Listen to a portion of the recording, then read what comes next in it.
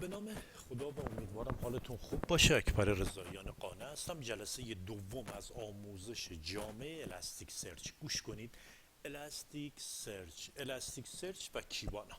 توی جلسه قبلی رفتیم راه اندازیشو گفتیم نسخه 9. چرا نسخه 9 غیره دیگه نمیخوام برگردم، میخوام بیام تو این جلسه. دوستان یه توصیه از من بشنوید. میخواید هر چیزی رو یاد بگیرید، از دیتابیس، از اوراکل، از اسکیول سرور، از پوستگر اسکیول، از ردیس و هر چیزی، برید قاعده و قانونش رو بدونید. این قاعده و قانون هاست که به شما کمک میکنه به سطح حرفه‌ای برسید یا در مواقعی خودتون رو نجات بدید. مباحثی که توی این جلسه دوم میخوام براتون بگم اینه. معماری الاستیک رو میخوام براتون بگم. یه سری مفاهیم، رفتی تو جلسه مصاحبه نشستی، به شما میگن آقا الاستیک کار کردی؟ میگه بله الاستیک کار کردم. میگی میتونی به من بگی نود، شاردینگ، رپلیکا اینا چی هن؟ یا باید جواب بدی یا باید بگی کار کردم ولی نمیدونم. از نظر من کار کردم ولی نمیدونم یعنی اینکه شما با مفاهیم پایه‌ای اون علم آشنا نیستید و این یک ضعف بسیار بسیار بسیار بزرگه. شما باید اول بشناسید. وقتی میخواید یه چاقو هم دستت بگیری باید اول بدونی این چاقوه برای چه کاری نیازه، چیکار باید باش بکنی. نمیشود با یه چاقوی آشپزخونه رفت مثال توی قصابی کار کرد. هر ابزاری یه شناختی داره. حالا ما میخوایم بریم تو این جلسه یک معماری الاستیک رو بشناسیم. دوستان تو جلسه قبلی اشاره‌ای کردیم، گفتیم الاستیک زیرش یک انجینیه به اسم لیوسین. این لیوسین الان توی الاستیک 9 نسخه 10 فکر کنم یکشه. چجوری بدونیم؟ دیروز بهتون گفتم این دوستمونم میندازیم پایین. هر چقدر طول کشید اشکال نداره. من لوکال هست چند رو میزنم، الاستیکم گفتم رو چنده 9200. اگه اینجا ببینید 10 1 0. بس ما فهمیدیم که زیر الاستیک یک انجین به اسم لیوسین. خب حالا میخوام ببینم که الاستیک چجوری درخواست میده، چجوری رسپانس میاره، اصلا شارت چیه، نود چیه. الان قسمت به قسمت میخوایم بریم سراغش و اینها رو بگیم. ببینید دوستان، نود به چی میگن؟ هر سرور که نسخه یا اینستنسی از الاستیک روش نصبه بهش میگن چی؟ یک نود. یعنی اگر من 3 نسخه از الاستیک رو روی 3 تا سرور بالا بیارم، اصطلاحاً من چیکار کردم؟ یک الاستیک 3 نوده را انداختم. میگم EL2، اجازه بدید اینم بزنم EL3. بس من یک الاستیک 3 نوده را انداختم. قبول؟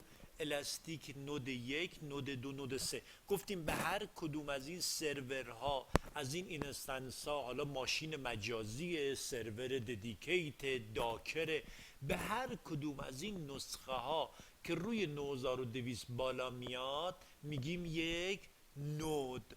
حالا دوستان شاردینگ چیه؟ شارد چیه؟ فکر کنید دوستان، من اینو اینجا بذارم.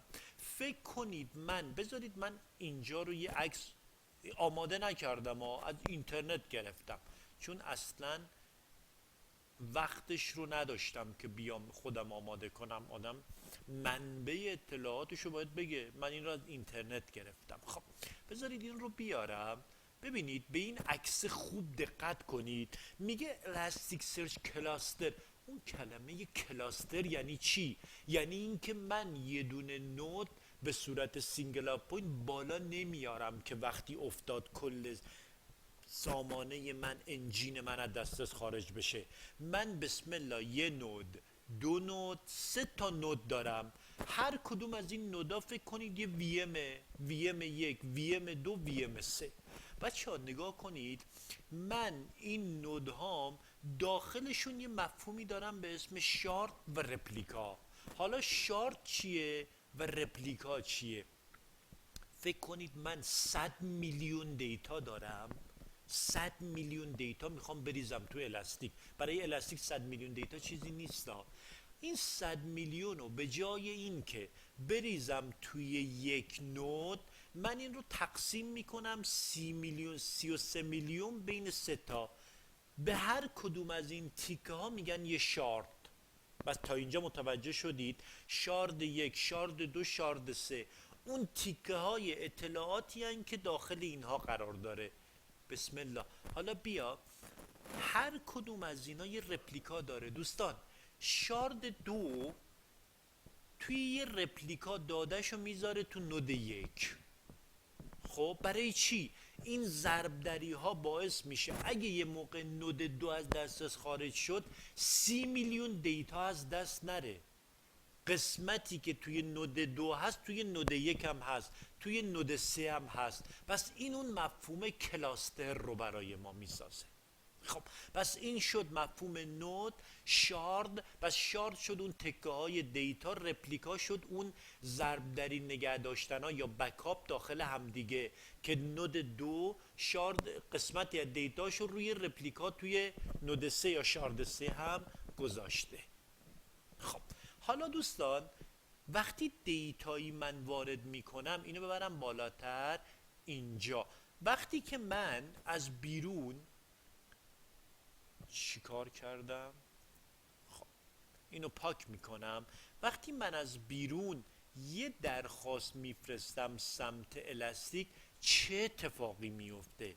چجوری میدونه که الان باید بره توی کدوم شارد رو بگرده، توی کدوم نود رو بگرده؟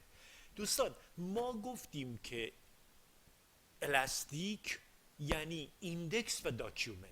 تا اینجا رو قبول دارین؟ گفتم ایندکس همون تیبله و داکیومنت چیه؟ همون رکوردهای یه تیبله.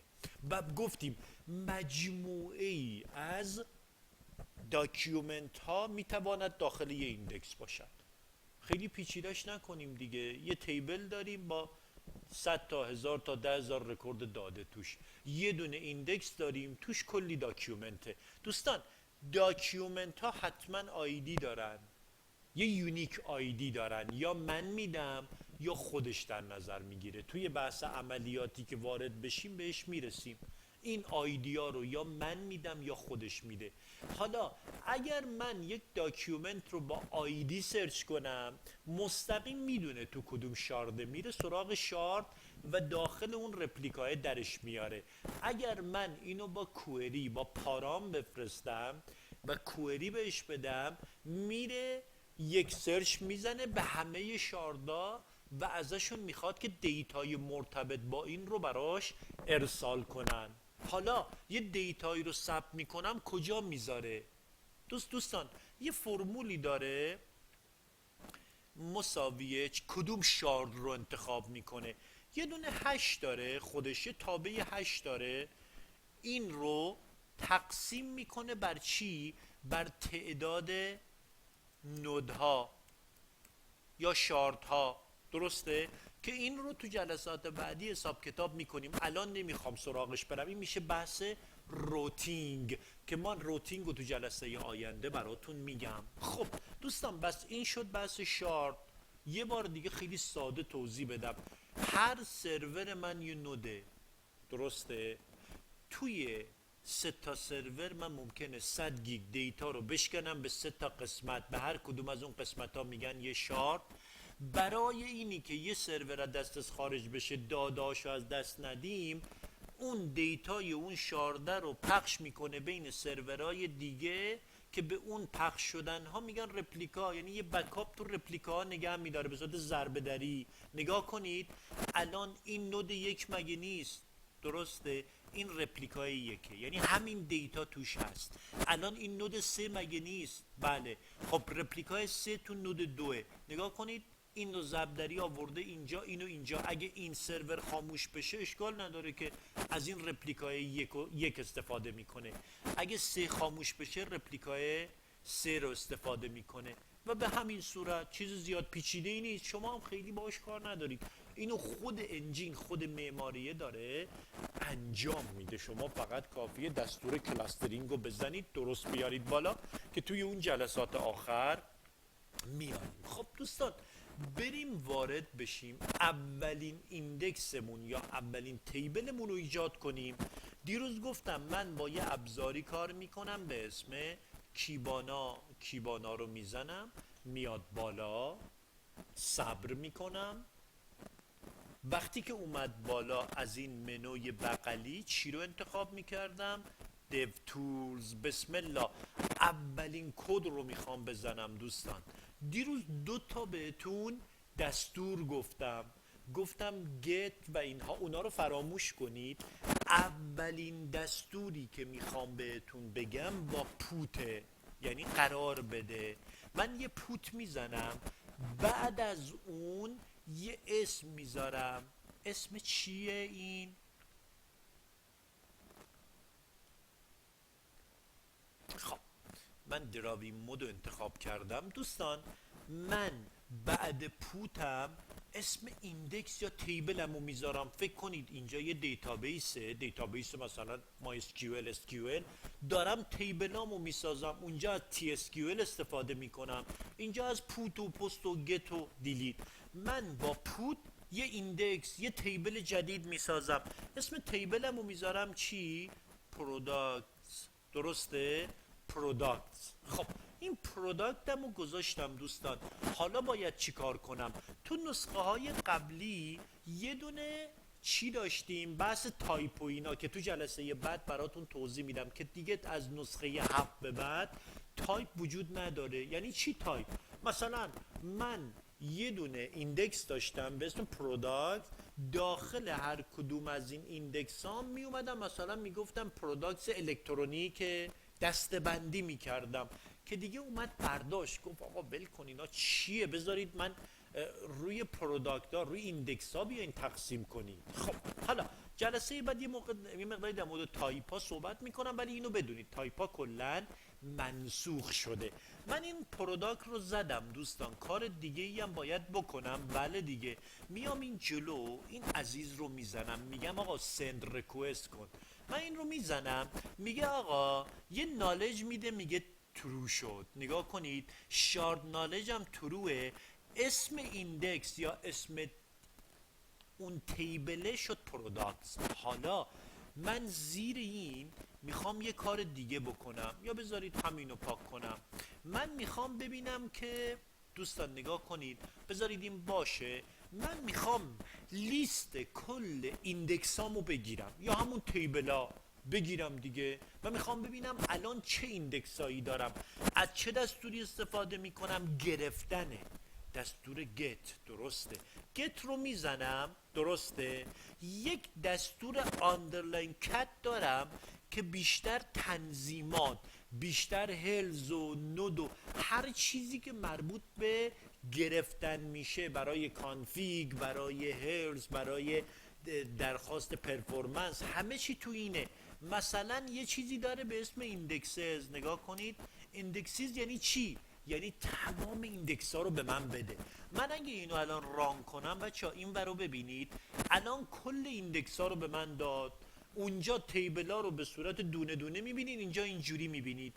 باید الان من داخل این بگردم ببینم اون پروداکتم وجود داره، یعنی ساخت. بله میبینم که یه پروداکت ساخته و یه سری اطلاعات دیگه که میام بهتون میگم. میگه آقا این پروداکت تو در حالت یلو قرار داره، یعنی خوبه ها، وضعش خوبه، ولی کلی بهتره که کلاستر بشه چون سینگل. خب حالا دوستان من از این کته استفاده دیگه ای هم میتونم بکنم. چی بود؟ من الان میخوام ببینم که رفتم یه جایی، من به عنوان یه مشاور الاستیک، میگن آقا نفری که اومده اینجا گفته این الاستیک رو به صورت کلاستر بالا آورده. من که نباید زنگ بزنم بگم آقا خدا وکیلی به صورت کلاستر بالا آوردی، نه، من اینجا یه گت میزنم خودم، بعد میام اینجا دوباره از این کت بزرگوار استفاده میکنم، کت، میگم آقا نودها رو به من بده ببینم. اینجاست نودز، میاد کل نودم براتون توضیح دادم دیگه، کل نسخه هایی که وصلن رو برای این یه الاستیک بهت میده، من الان اینو میزنم بعد میفهمم میگم نه آقا فقط یه دونه نود آورده بالا اونم اینه. حالا میگه آی پی چیه؟ میگم 172 18 0 2. میگه من اصلا چنین آی پی ندارم. میگم آقا این آی پی داکره، داکر خودش داخلش یه شبکه است، این آی پیه اون بنده خداست. حالا یه دستور دیگه هم دارم، میخوام سلامت رو چک کنم، سلامت این سرویس الاستیک رو چک کنم. باز گت عزیز و دوباره آندرلاین کت، این کت خیلی باش کار داریم ما. دوباره میرم سراغ، اصلا معلومه دیگه اینجا هرز، من هلس رو میزنم، میخوام هلس چک کنم دیگه، هلس رو میزنم، به من میگه آقا جون کلاسترت الان در حال یلوه. یعنی چی؟ میگه یه نسخه داری، فکر کنم رمم کم داری براش، فکر کنم خوب کانفیگ نشده. نه قرمزه نه سبز، بس یعنی چی؟ ما یه دونه رد داریم، یه دونه یلو داریم، یه دونه گرین داریم که اون گرینه اون سبزه یعنی آقا عالیه، فوق العاده است، همه چی عالیه. یارو این خانومه تو چیز میگه خدای شکرت، این الان باید بگیم خدای شکرت، همه چی باز خوبه که نیومد رو قرمز. ولی دوستان اگر به شما گفت رده یعنی اینکه یه مشکلی توی کانفیگ و اینها وجود داره. بس من الان اومدم چیکار کردم دوستان؟ اومدم یک دیتابیس، یک ایندکس تیبل ساختم که آمادگی اینو داره من توش داکیومنت بریزم. بس توی این جلسه این موارد رو با هم بررسی کردیم و با کدوم دستور گرفتیم؟ با این ایندکسه. توی جلسه بعد میریم که توی این ایندکسمون داده بذاریم، داکیومنت بذاریم، بخونیم، آپدیت کنیم، دیلیت کنیم. بعد از اینها انشالله میریم مپینگ و بعد میریم سراغ تازه سرچ زدن و اون آخرام انشالله که دیگه میریم تو سراغ زبانهای برنامه نویسی. چند دقیقه شد؟ من فکر کنم از 10 دقیقه گذشت. بله، خسته نباشید، این جلسه رو کار کنید، یاد بگیرید تا جلسه دیگه که به زودی زود خدمتتون تقدیم میکنم.